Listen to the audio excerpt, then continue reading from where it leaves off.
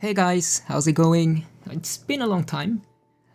Before we start the main video, I just want to say hi to all of my subscribers who joined in after my last uploaded video, which was a while ago. There's quite a lot of you, so welcome to my channel. And for my longtime subscribers, hey, I'm back. Now, I know some of you are asking what I've been up to and how I'm doing since I haven't really been uploading anything. Which was really nice to see. So just to address those people, I was just busy.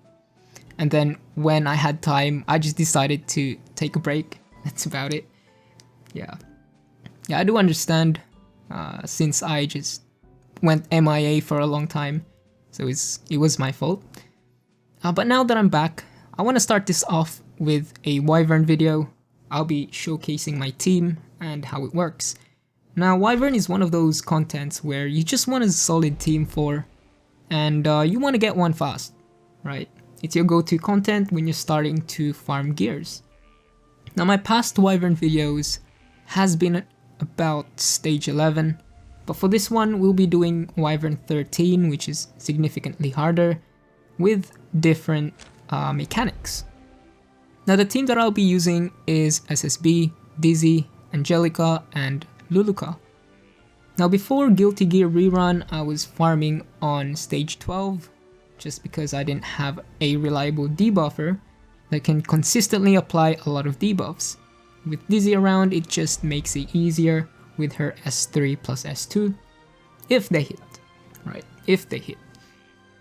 The boss does have like quite a lot of effect resistance, so we do have to take that into consideration. And then after Luluca's EE release, exclusive equipment, all the pieces started to fit, and with a few speed tweaks, this is the final team we have here. Now, if you are finding it difficult to farm gears in stage 13, I would farm in stage 12, and just think of stage 13 as a place to farm these ancient dragon heart for reforging. Once you have a decent team that can clear stage 13 in auto, then you can start to forget about stage 12. So I'm just gonna start this off. What I've come to realize from trial and error when building teams against Wyvern 13 is that it all comes down to two things. One, landing debuffs after the Wyvern's first attack, and the second one, having enough damage to take out the Wyvern shield. Now, once you've ticked both of these boxes, your runs will be much smoother. Now, there's nothing we can do about your debuffs getting resisted. Even with high effectiveness, if you get hit by that 15% base, well, you might have to start again. There's just no way to avoid that. Now, coming back to the two main things. What do I mean by the first point? Well, Wyvern, on his very first turn, always attack your front line. However, after that, there's a chance that he will attack your backline if he doesn't have 3 debuffs. If your backline can't survive 3 attacks, your run is basically over. So to avoid that, you want to make sure your main debuffer has their skill available. And to make sure they have their skill available, it all comes down to how long you spend on the first wave.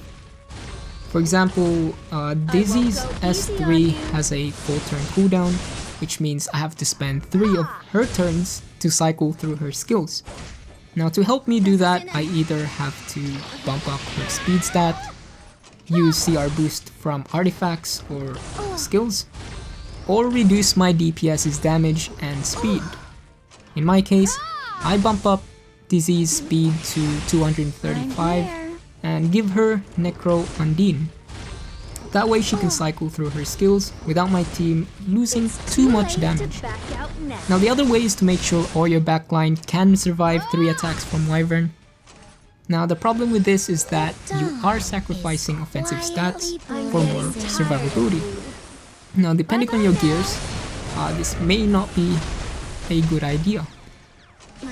Now, for the second point, about Wyvern Shield. Let's start with something Now the light. problem with this is that, you know, when you're tweaking your debuffer to make sure that they get to use their skill on the boss stage, you know, your team may not have enough damage to take out Wyvern Shield. This might be because you're putting more stats on effectiveness than offensive stats. You do have Kise, which might help you with this, but I can't really confirm since I don't have her. If you are using her, she will be your main DPS, and since she doesn't provide any debuffs, you may not have any backup debuffers at all.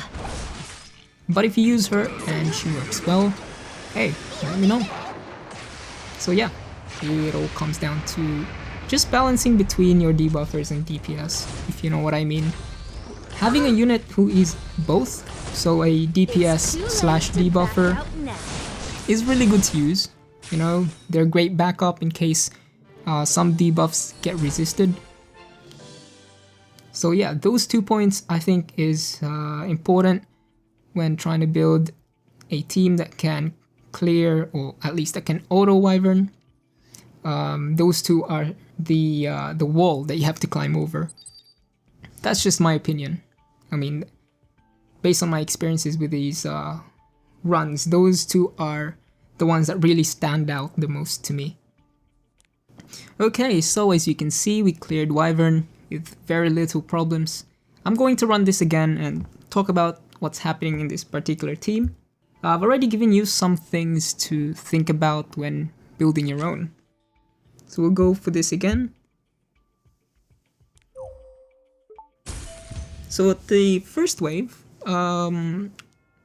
what you want to do is cycle through DC's skill. So as you can see, she's the fastest in my team, uses her S3. And then Angelica comes in, just cycle through her skills as well. The main one is Dizzy. We want to make sure that when we get to the boss stage, she has her S3 up. Now there are some cases where, you know, when one of your unit attack, it triggers a dual attack from one of your DPS. That could be a problem, but in my case, not that big because Dizzy has really, I'd say, high speed. And pair that with Necroundine, she gets 2 turns before the Wyvern's second attack. So that's really good. Alright, so now at the boss stage, Wyvern goes first, attacks Angelica. Now, most people would give Angelica Candlestick so that she spams her S2, which is good. But in my case, I don't really need it because Dizzy has attack down. So if she lands it, Wyvern does no damage. And it also helps in case you don't hit him with 3 debuffs and he starts attacking your backline. You know, at least there's a chance that your backline will survive from the Wyvern attacks. Now Idle Cheer, which is the one I'm using, works very well because this team lacks a good defense breaker. Now SSB and Luluca has a 50% chance, so they aren't really reliable. However, if Angelica gets hit using Idle's Cheer, that's a free push for Luluca since she has the highest attack. This gives her another turn to do damage as well as landing a defense break. Also, every time Angelica gets attacked, SSB is charging her S2. So, you know, there's a lot of chances to land a defense break here. And I can tell you right now that you need defense break, especially when taking out the Wyvern shield. As you can see here, we don't even... well, this team is good enough where you don't even, you know, the Wyvern doesn't even get to use his shield, so that's a big plus here.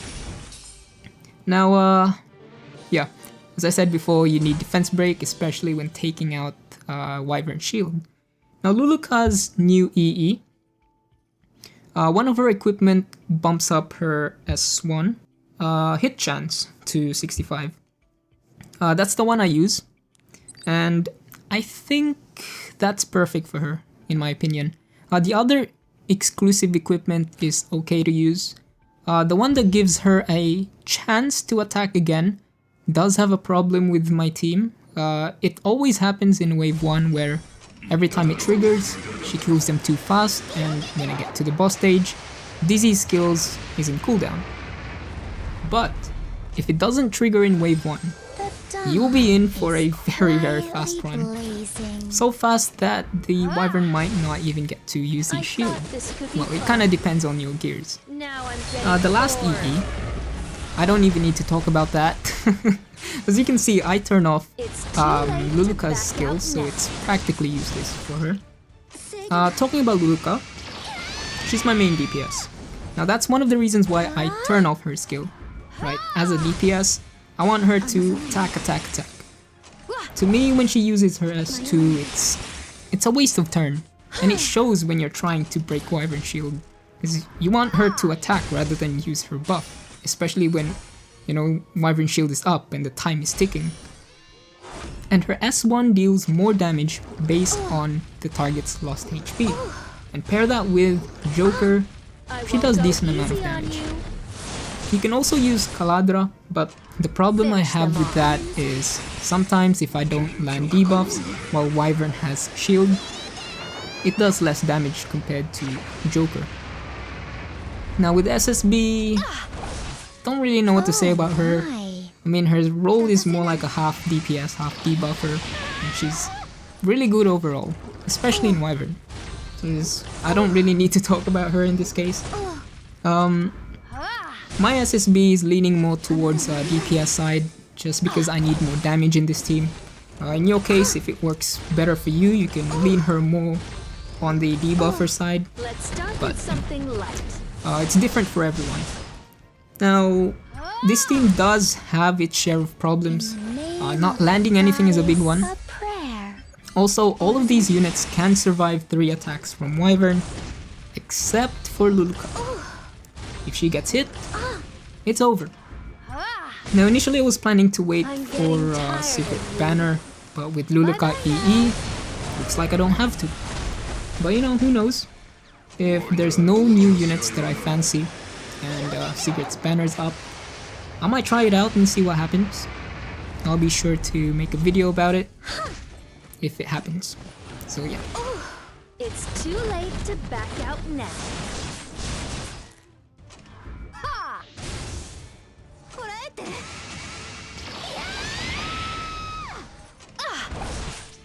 Such a pity. Here, over here. Let's go. I'm here. So we did 3 runs, all good. The second one was really fast. That's actually quite rare. I didn't expect that to happen in this video. So yeah, that's how good this team is. Luluca, you don't need to use her other skills aside from her S1. I'll show you my team stats. Got Luluca here. If you have a fresh Luluca and you just want her to, you want to try her out, use her in Wyvern, just spend Mulgorth on her S1. You won't be using her other skills. Daydream Joker for Luluca. Overall great artifact. And the exclusive equipment I've chosen for her is the first one, 15% increase on her S1, so that's 65% defense break.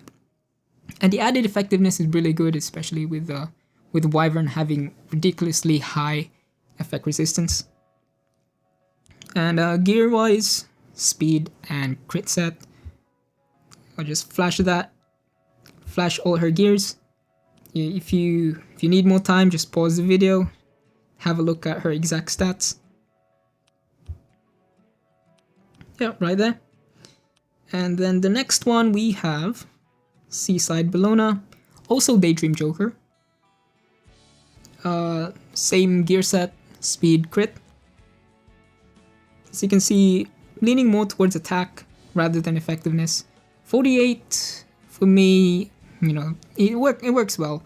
There was like a minimum effectiveness that you need to get a consistent debuff hits. I think it was 70 or 65, not exactly sure. But 48 for me, you know, I prefer my C-Bell to be more of a damage rather than a debuff. I already have Dizzy to do that anyway, so I don't really need a second debuffer or second heavy debuffer. So I'll quickly flash her gears. So most of her substats has hit chance, critical hit, just to make sure she has high crit chance. The next one is Dizzy. So yeah, Dizzy, Necro and Dean, 16% CR boost every time she uses an AoE skill. And speed set, and she's using a broken set. Broken set because the broken set has really high speed, so 10 and 12. And the rest has a high speed too. So we got 10 speed here. Not a lot here, but I prioritize more on effectiveness on this one. And we got speed on her boots. So yeah, 235 speed in total, 93 effectiveness. I mean, you need effectiveness for Dizzy.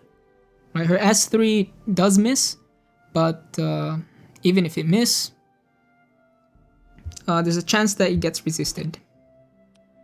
However, you won't be able to decrease the speed of Wyvern, so mostly you want to use Dizzy's S3 for hit chance, hit chance and attack. And attack here is really important. You want to hit her attack, make it easier for Angelica to survive. And lastly, we have Angelica. Idol's Cheer, very, very good. Gives another turn for Luluca to do more damage. Mostly focus on effect resistance. Effect resistance and health. Giving her speed does help as well. So those three you should be focusing on. So we got that. 10 speed here. 12 speed on armor.